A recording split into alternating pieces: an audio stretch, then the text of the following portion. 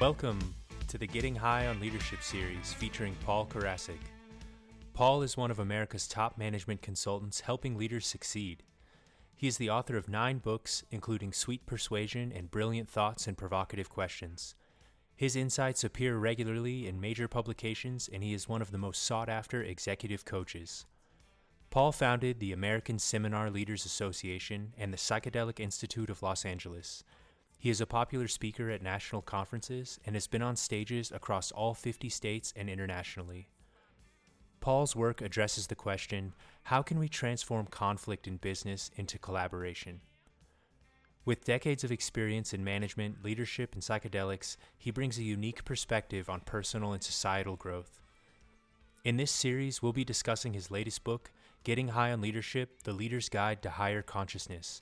We'll be exploring the concepts, techniques, and mindset required to revolutionize leadership. Enjoy. All right. Hello, everyone, and welcome back once again to Getting High on Leadership. I am your host, Rob Sanchez, and we are sitting next to Paul Karasik, the author of Getting High on Leadership. Stepping through his book section by section, today we are looking at the section called The 4 Elements of Leadership. Welcome, Paul, and how can we really distill leadership into 4? One of the premises of the book that is that this idea of higher consciousness is universal. So it's not your consciousness or my consciousness, it's consciousness. And that's kind of like a foundational kind of concept.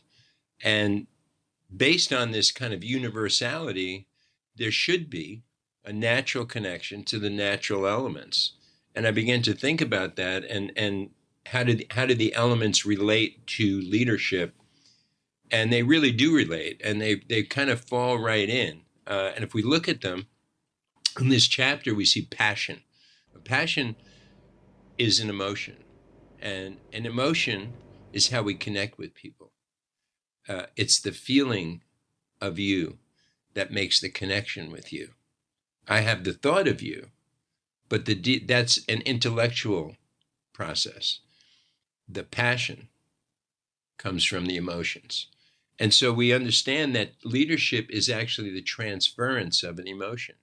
When I can get you to feel good about what we're suggesting or what we want to do or what the vision is, then you're going to do the best job when you're connected to it at that heart level. And so fire, passion, critical. You know, you look at any great achievements and any great leadership, there's a fire. You know, this is the most important thing to do. There's an impetus. There's a kind of motivation that's beyond intellectual. And so we say fire, critical element. What leader? Like that fire, it can spread, right, and catch and take form, right? That passion is exactly not contained. I can't think of any great leader without that element. Yeah. None really come up to me, when I think of some of the, we've had some political leaders like Franklin Delano Roosevelt and certain leaders that have helped us through things. Gandhi, we can pick out Martin Luther King. Their ideas, their mindset, it was a passion that spread. Right? Passion, like yeah. Fire. And their speeches were impassioned. Second element that we want to kind of look at is this idea of the element of water. Water is also emotional, but its nature is to flow, right? That's the nature of water. And so good leaders flow. They flow with what is. They flow with positiveness, and they flow when there's issues and challenges. And this ability to be malleable, to be able to adjust to circumstances and change. That was, as a management consultant, so many times I would get calls from different companies, organizations, corporations, and they'd say, Paul, we really want you to come in and talk about change. And to me, change is not an element of life, it is life. It's like, that is life. That is life, is change. It's not like, our people are great at life, but they have this problem with change. No. If you have a problem with change, you have a problem with life. That And so change is this constant. concept, right, this idea that we can just flow with things and be yielding and giving, and it's a beautiful thing when you don't take a position as a leader. It's a beautiful thing when you can listen and really hear all sides of the story. The leader has to model the behavior that we're looking for in the rest of the team, not model in a phony way, but in an authentic way, like really reflect this idea of yielding.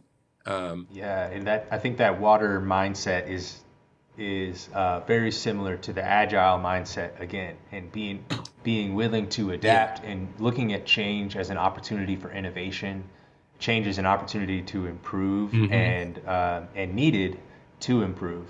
So it starts to allow teams or leaders to take change in stride and be happy when presented with more change. Yeah, yeah, to be change, love change, to go after it, to Yeah, like bring it yeah. on, like this is what leadership's about. Leadership's not about doing stuff when everything's just the same. It's about doing stuff when we have to make changes, create a new vision, make a right or a left turn.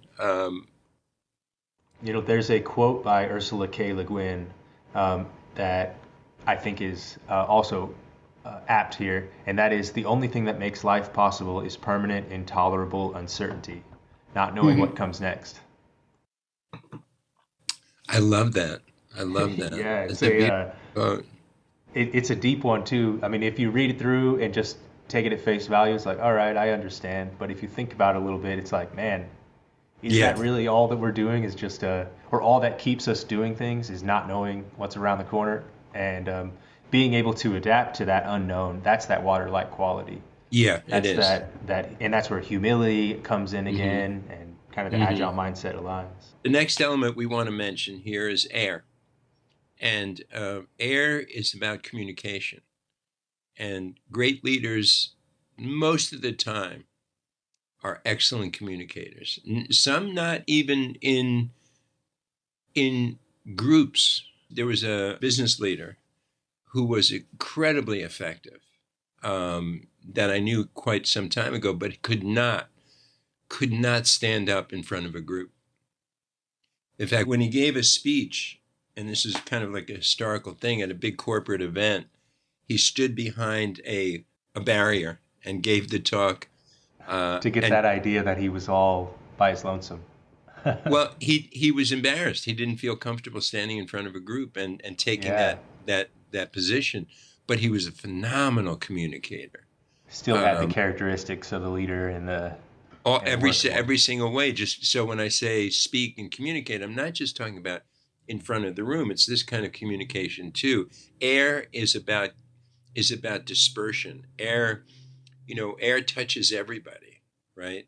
So the air on the planet has been breathed by Chinese people or Venezuelans, or it's the same air. We're all swimming in the same air, and so this is that connectiveness and communication element.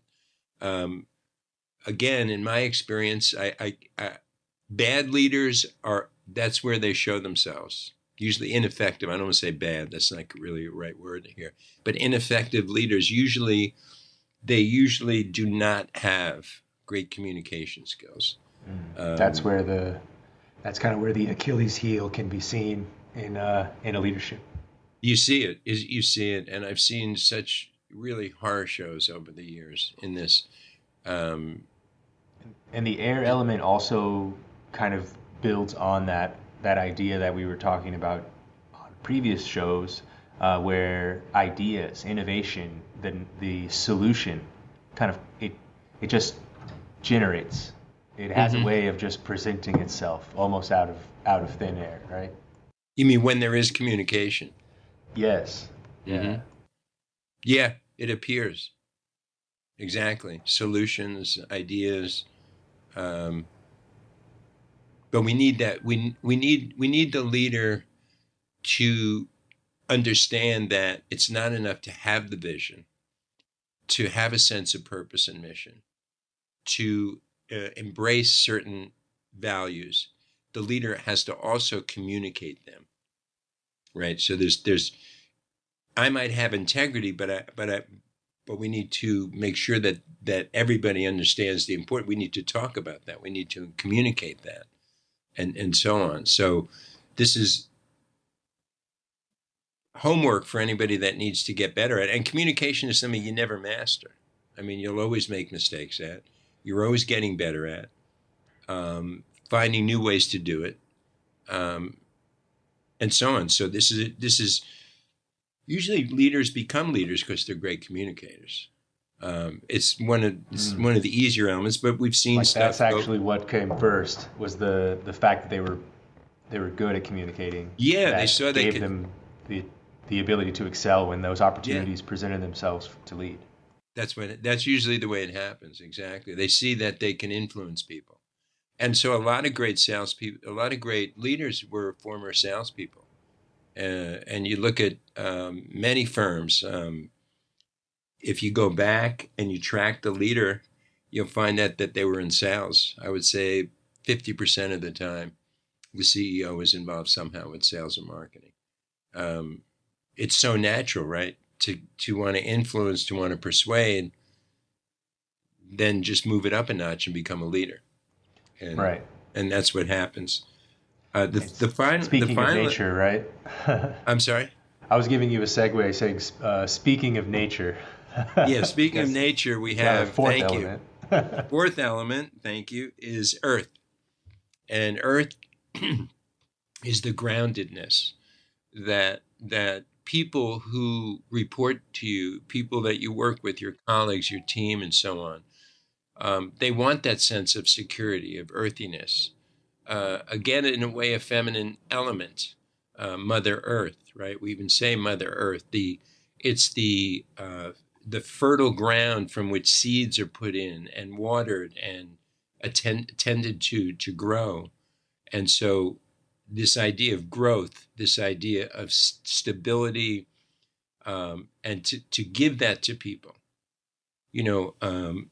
when we talk about the difference between men and women, feminine and masculine, one of the key elements that women have is this kind of like home-like, abiding, nurturing, but in a locale, to want to settle down, to want to be grounded, and women really thrive on that, and it's critical. Even if you're just living in a tent, they need to feel that the tent is secure.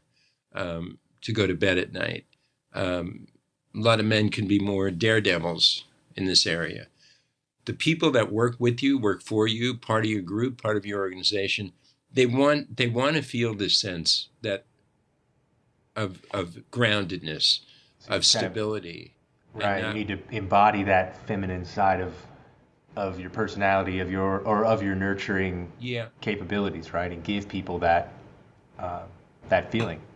And I can definitely understand how that could be important in the business side of things. As we've talked about before too, with innovation, you can't innovate without having that comfort. That's right. If you don't feel nurtured or you don't feel stable or secure, you're not willing to raise your hand and suggest, the next possible solution or iteration. And then, within relationships and leadership in families and smaller units, without a doubt, a leader that doesn't provide some sense of nurturing or safety is not going to go far. No. Well, they're not going to stay married very long. Let's put it that way. Yeah, it's a critical element that you need to convey to people, and it can be done in many, many different ways, just through planning, through talking about the future, to communicating plans about the future, so that people feel, oh, there's a vision here. There's this is going someplace, and this is exciting and fun, even though it is dynamic and changing. It still is grounded in a good vision, in a good purpose, and logical, and people are going to want to jump on, right? It kind of instills that confidence. I'm always amazed how I've been entrepreneurial in my own life with businesses, but so many people say, why'd you take that job? And they'll say, well, because they had benefits. And, I say, well, you can buy your benefits. It's not outrageous to buy health care, if you're working and making money. But it was the idea and the concept, I think, that attracts people, that the company is taking care of me, that they're covering my dental and my so on. Not so much the money. There's something reassuring there for sure. There's something reassuring there where they go, hey, no matter what, if I get sick, I know I've got a great healthcare, insurance and so on and so forth. So companies have figured this out, and they see the importance of this. And by the way, big corporations, they understand these elements that we've just reviewed here on this call. And they're constantly, attempting to reinforce all four of these: passion, the fire, the ability to be yielding and go with the flow, the water, communication, although they fail on sometimes quite badly, but they understand the importance of it and the need for it to keep everybody informed on an ongoing basis. And finally, stability, which I think they do in the corporate model. I think they do the best at in terms of giving that financial security, right? Yeah. Which is different than emotional. Stumbling on other types of security or stability. Yeah. That's the one they're good at, because there's no emotional commitment. I can just say, let's do the numbers. If we just offer this person more and more and more and more and more money, and they're going to stay with us to get that more and more and more money, yeah. and in effect giving them stability. So I think at the corporate level, that's their strongest point. And what would be your homework for the viewers today to look at their lives with these four elements, or look at their positions of leadership with these four elements in mind? I would say study the elements. To study water, to meditate on water. I know some groups that work with indigenous folks, and water is a part of the ceremony, to recognize that, to think, to meditate on air and communication, and how that, and to honestly evaluate yourself. How could I be better as a communicator? This air quality. Do I use my words haphazardly, or are they contained and directed with intention, understanding, authenticity? And so I think meditating on the elements is a really positive thing. And then watch your action in terms of these scenarios too. When somebody says something you don't like, and there's some change happening and you're really upset, then you say, okay, here's a chance for me to work on my yielding. Which one to embody. Yeah, to get more embodied. And I think doing another thing, Rob, I think would be good to do self-evaluations. With these in mind, almost like lenses that you take on for a moment and look through that lens of fire or water and see what your actions are, right? Yeah, really put yourself up and really evaluate yourself honestly. If I did this, I would see certain elements am really connected to, and certain elements I really need to work on, and I have worked on to be better at. So that's the homework I would give. I'd say, again, the book is not be meant to be a read through and it's a story and move on to the next chapter. It's more to sit with it, to contemplate these deeper concepts. So homework would be to do that. Dig in. You heard him, guys. Thanks for joining this episode, and we'll see you next time.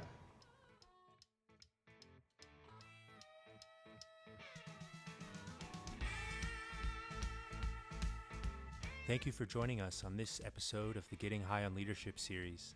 If you have any questions, you can comment below or send them in via email to paul@paulkarasik.com.